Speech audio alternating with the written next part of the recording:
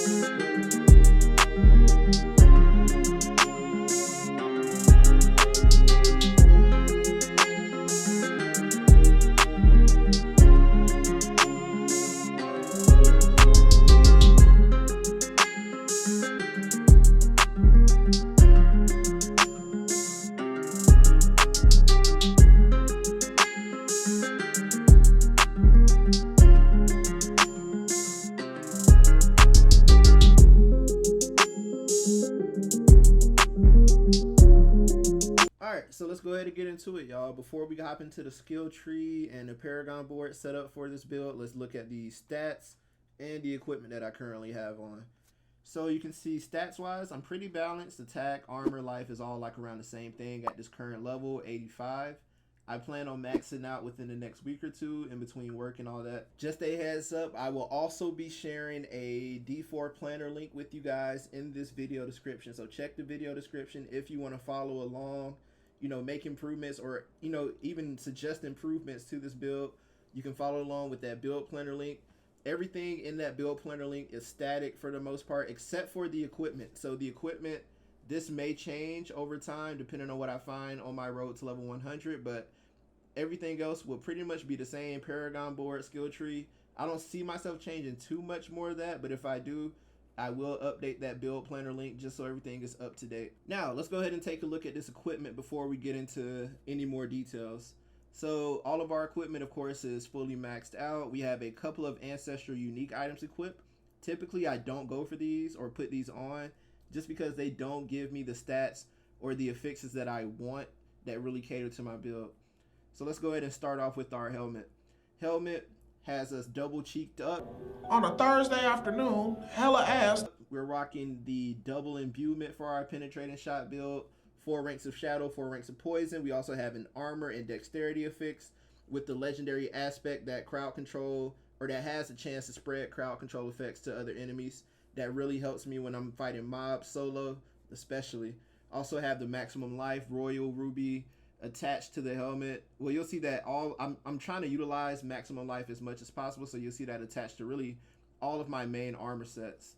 Moving on to our upper armor, we have dexterity, maximum life, damage reduction, and imbued skill damage, along with the aspect that gives you a barrier whenever you damage an elite. I have a few better versions of this. I was just saving it just in case I found something better, but I may as well just go ahead and equip the better version of this aspect onto my upper armor.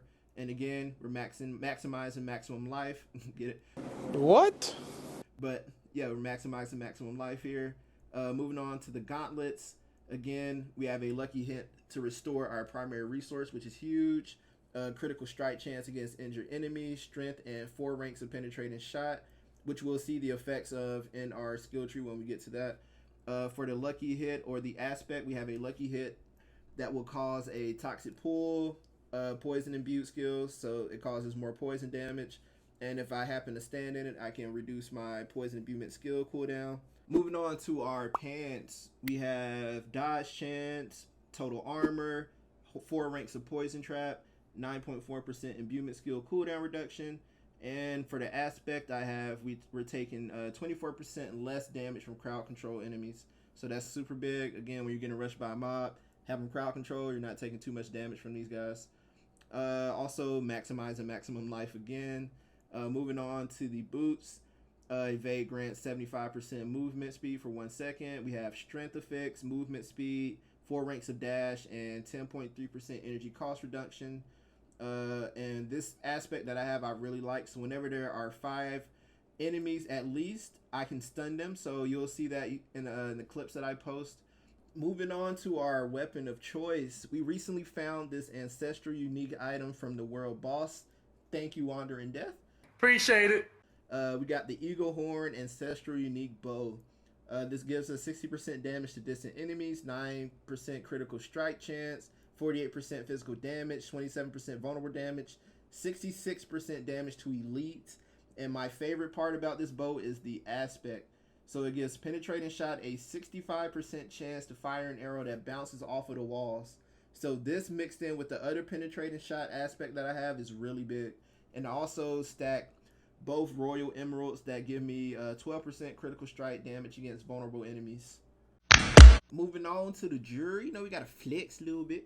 We got our choker that gives us a max energy cost reduction. We have total armor boosted, 10.1% dexterity, and 15.7% damage with ranged weapons. Imprinted, our aspect is we have 20% increased crowd control duration, and while enemies are unstoppable, you deal 60% increased damage to them. And the heart, we are using the barber, the heart of the barber, of course, can't go wrong with that. So yeah, definitely helping with our critical strikes and damage and whatnot. Moving on, we have the Ring Corruption, increases damage to poison enemies. Again, we have another resource generation bonus, maximum life, and vulnerable damage increase. The aspect that I have imprinted here is imbuement skills have 34% increased potency, only for vulnerable enemies. The heart that we are using is a brutal heart that causes an explosion whenever I'm taking damage, and I decide to use a defensive, subterfuge, or a macabre. So for my instance, whenever I lay a trap down, it causes an explosion that deals fire damage to enemies. I may end up swapping this out when I can find a better ring, because I really don't like this heart too much, but I was just testing it. But the ring is good itself, but the heart I'm not too much of a fan of. Lastly, we have the Loop of the Umbral. Again, poison damage increase. Dazed enemies have increased damage. We have a lucky hit chance boost, and we have an increase in critical strike chance. The aspect on here is really good. We restore 4 of our primary resource whenever I crowd control an enemy, which is a lot. The heart that we have here is another brutal heart, so it's whenever I use a subterfuge skill, i.e. a trap, I can leave a decoy that taunts the enemies, which really plays hand in hand with my build. So I lay a trap, puts a decoy down along with the trap. All enemies sprint to that for the most part. The decoy explodes, and while they're sitting there stuck, I will either use poison or a shadow imbuement to, kill all the enemies while they're grouped up together. That heart is really good. I love that heart. Last but not least, let's look at our daggers. So for my daggers, I actually found another ancestral unique that I really liked a couple of days ago, the Condemnation. This is giving us 30% damage to close enemies, 14.4% basic skill attack speed, increasing critical strike chance against injured enemies, increased damage with dual wielded weapons, which I can take or leave just because I'm fully ranged, but leave that be. 27.8% core skill damage increase. And the biggest thing that I really like is the aspect here. So my core skills deal 36% more increased damage when spending 3 combo points.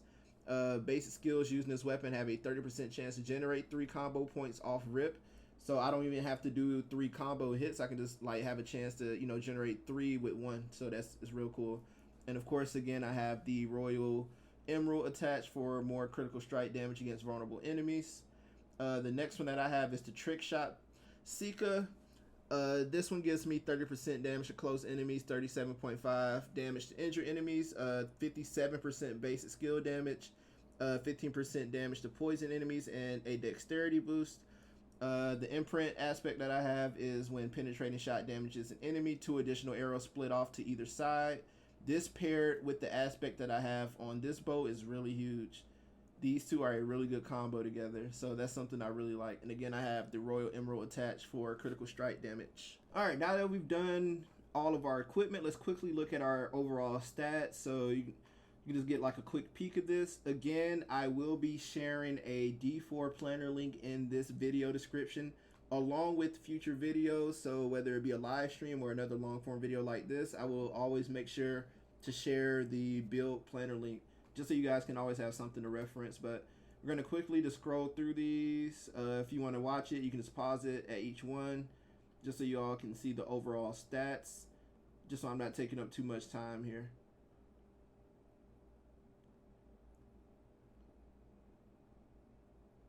Alright, now that we're done with all of that, let's go a little bit further. So for specializations, you already know I use combo points based on whatever the aspects that I had on my previous weapons. Moving on to our skill tree. Let's go ahead and go from the top. So again, this is a penetrating shot, double imbuement rogue build. For my basic skill, I am using the forceful arrow, 3 out of 5. I have the enhanced forceful arrow and the fundamental forceful arrow. It really helps to knock back enemies as they're, just rushing me, gives me a chance to reset, or just knock them back so I can place a trap and, just do my business in that way. Moving over, we have penetrating shot, 9 out of 5. So this is really helpful. It's coming from my armor at +4, but any way that I can increase this is really good. This is my main skill, so as much as I can increase it, I would definitely do it. And I use the enhanced penetrating shot, of course, and the improved penetrating shot. Moving over to our agility skills, we have weapon mastery, 3 out of 3, so that really helps with increased damage to vulnerable enemies. I have concussive, 1 out of 3, and rapid gambits, 1 out of 3. These may or may not change in the future, but for now I'm keeping them. Dash is all coming from my armor, +4. I use dash mainly just for defense, so whenever I need to reset or change my position, this really helps me. Moving over, so I wanted to keep this build mainly ranged, but I couldn't resist just using poison trap, especially with that malignant heart that leaves a decoy over the trap, so that really pairs well with this build. So this is the only non-range skill that I'm really using. So poison trap is 6 out of 5. We have enhanced poison trap, and we have countering poison trap, which gives me a chance to reset my imbuement skill cooldowns, which is huge. Also have exploit maxed out, so more increased damage to healthy and injured enemies. Malice, 9% increased damage to vulnerable enemies. Moving over into our imbuement skills. Precision imbuement, we have that maxed out, so we have increased critical strike chance. Shadow crash is maxed out along with consuming shadow, so each time I kill somebody with shadow, I get energy, so that's really good for me. Shadow is maxed out. Item contribution is 4, so that's coming from my helmet. Enhanced shadow imbuement for increased critical strike chance, and mixed shadow imbuement that helps increase non-physical damage for me.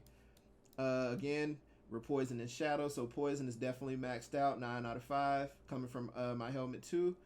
We are using enhanced poison imbuement and mixed poison imbuement. And for deadly venom is maxed out, so increased poisoning damage. Poison enemies deal 15% less damage, so if I have a crowd control and they attack me, they'll be dealing less damage, which is huge. Innervation, we have lucky hit, so up to 10% chance to gain 8 energy. I may increase this as I get higher up, but we'll see. Alchemist Fortune is 2 out of 3. Non-physical damage you deal has a 10% increased lucky hit chance. Second wind, every 100 energy I spend grants 5% increased lucky hit chance for 5 seconds. Again, this may change, but we'll see. Adrenaline rush, while moving I gain 5% energy regeneration, which is big because I'm always moving. Don't want to be up too close for too long. And for my passive, I have precision. May or may not change this, but right now everything is working here. So the skill tree is pretty much set in stone, minus a couple of passives that I might change, but other than that, we are good to go here. All right, so let's get to what we've been waiting for this whole time, the Paragon Boards, the bread and butter of the build. So starting out, of course, we have our starter board. You can see here, you can just follow along with this path. Again, this will also be in the build planner link, just so I don't have to go through each node individually. But for the glyph, I am using the tracker one, so that deals increased poison damage. I also meet the bonus, so making my poison damage effects last 33% longer based on all the intelligence that I bought in this range. Moving over, the next board that I decided to go with was the Eldritch Bounty board. The reason I went with this board was because it really helped imbuement skill damage. You can see here 30% imbued skill damage, 10% non-physical damage, same thing all around. It's just really nice for me. Also got the node just so whenever I attack with an imbued skill, I gain 20% resistance and 20% increased damage for that imbuement's element for 9 seconds. Moving on, the glyph that we have here, you can see we're stacking more non-physical damage and imbuement skill cooldown. The glyph that we have here is Infusion. Infusion helps with our imbued skill damage, and the bonus also reduces the active cooldown of another random imbuement skill, which is big for us. Also decided to go with some more potion healing, dexterity, just to help us out a little bit more, and we got some more imbued skill damage. Same thing here, we're stacking imbued skill damage. If you saw the stats clip from earlier, you'll see that we do a lot of imbuement skill damage. So that's board number 2. Board number 3 that we went with is Cunning Stratagem board. I didn't go for that node because I didn't really need it too much, but moving over here, we went with the Versatility glyph, which increases our non-core, our non-basic and our non-core skill damage for the bonus. The main thing that this does, it grants 150% bonus to all the magic nodes within range. So this got a bonus, this got a bonus, that got a bonus. All the blue nodes in this range got a bonus, so that was really big for me. The next thing that I decided to go for were these magic nodes that increase core skill damage and basic skill damage, again because we rely on penetrating shot and our forceful arrow, so really had to stack these out. This bonus will take effect when I buy my next node, or when I get the next node in the other Paragon board that I'm working on. Same thing here, basic skill, damage in general, more basic skill damage. All of this stuff is going to be stacked out once I get one more intelligence node in the next board. So that's Paragon board number 3. And for the final Paragon board that I'm working on, this board is the Cheap Shot board. This will be the last board that I work on before I hit level 100. I plan to go through, when you look at the build link, you'll see all of this will already be filled out because this is the exact path I'm going to be taking. So right now I currently have increased damage to crowd control enemies, critical strike damage to crowd control enemies. So all of that is really big. I'm also going to go for reduced damage from elites because elites are my biggest threat at the moment, especially elites with the stupid fireball fix. Don't even get me started on that, but those elites are painful. So yeah, this will really help me as well. I'm going to also go for the legendary node for Cheap Shot. Next thing, I'm going to go for all of this crowd control, enemy damage increase. All of that's going to be stacked up. I'm going to skip over the damage reduction for slowed enemies, and I'm also going to go all the way down here for increased damage against healthy enemies. So all of this stuff is going to be filled out for the most part, and this will be the last thing on my board, minus a couple of fixes that I'm going to do on these other boards. Probably like on this board, I'm going to go for this maximum life area, but other than that, we're going to be finishing our build out with this board for the most part. So you'll see over the next week or two, as I hit level 100, all of this will begin to get filled out. Again, this will be in the build planner link when it's going to already be filled out in the build planner link, so you can see this is the exact path I'm going to take. I'm not going to change anything in this Paragon board. So yeah. And for the glyph, the only thing I may change the glyph depending on what I want, but other than that, everything else here will be exactly how the build planner link is. Alright, so there you guys have it. This is my build for Season 1 Diablo 4 Penetrating Shot Rogue. I will probably make another build video when we do hit 100, just in case anything has changed, but if not, I'll be making another build for another class before the season ends. We play every day, almost 3 to 5 days a week. The lobbies are always open. I'm also putting my gamer tag in. If anybody wants to add me, I hop in the lobby when we go live. Other than that, I appreciate you guys so much. Like and subscribe if you haven't already. And until next time, peace out.